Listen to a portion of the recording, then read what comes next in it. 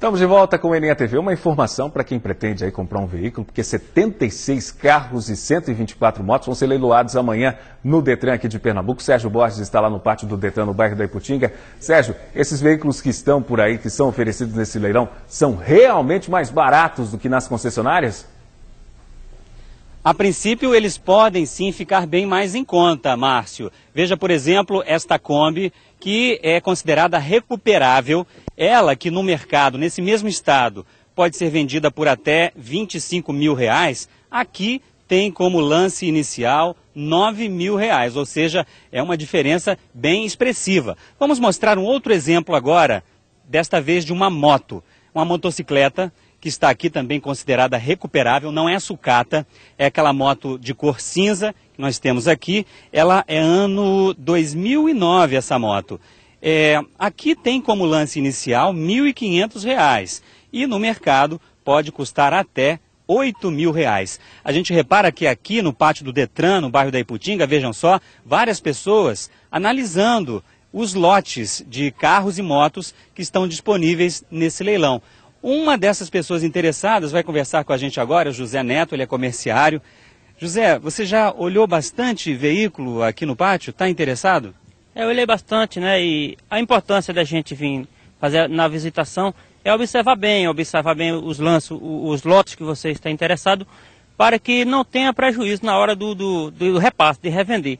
Tem que saber se vai valer a pena, né? O reparo, o conserto, pelo preço que você vai pagar aqui. Exatamente, você tem que ter uma base de preço, quanto você vai pagar nela, para que quando você for fazer o repasse, você ter uma margem de lucro legal. Porque então se a gente compra num preço mais alto, mais elevado, então fica difícil de ter um pouco de lucro, né? Ok, muito obrigado. Bem, o leilão será amanhã aqui no bairro da Iputinga, no pátio do Detran.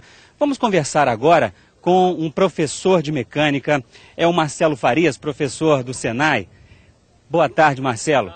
Então, quais são as dicas que você tem para as pessoas que vêm aqui podem olhar, né? É uma análise apenas visual dos veículos que estão aqui para serem arrematados. O que você aconselha, Marcelo? Bom, boa tarde.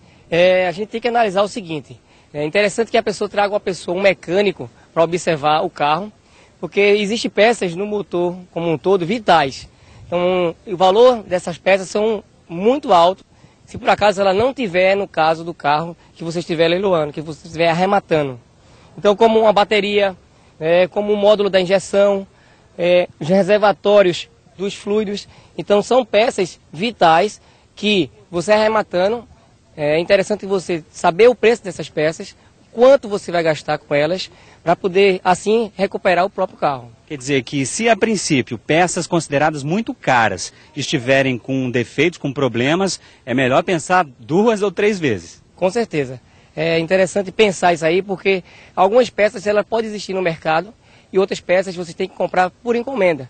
Quando o carro está muito antigo, e aí você tem que solicitar essa peça pelo correio, por uma oficina especializada para poder repor ela e botar o carro para funcionar. Ok, muito obrigado. Eu volto a conversar com Paulo Brito, organizador do leilão, para saber o seguinte, Paulo, carros que estão aqui, e motos também, são carros que foram apreendidos em blitz, carros que estão aqui no pátio há vários anos, porque as pessoas não pagam as diárias, não é mesmo?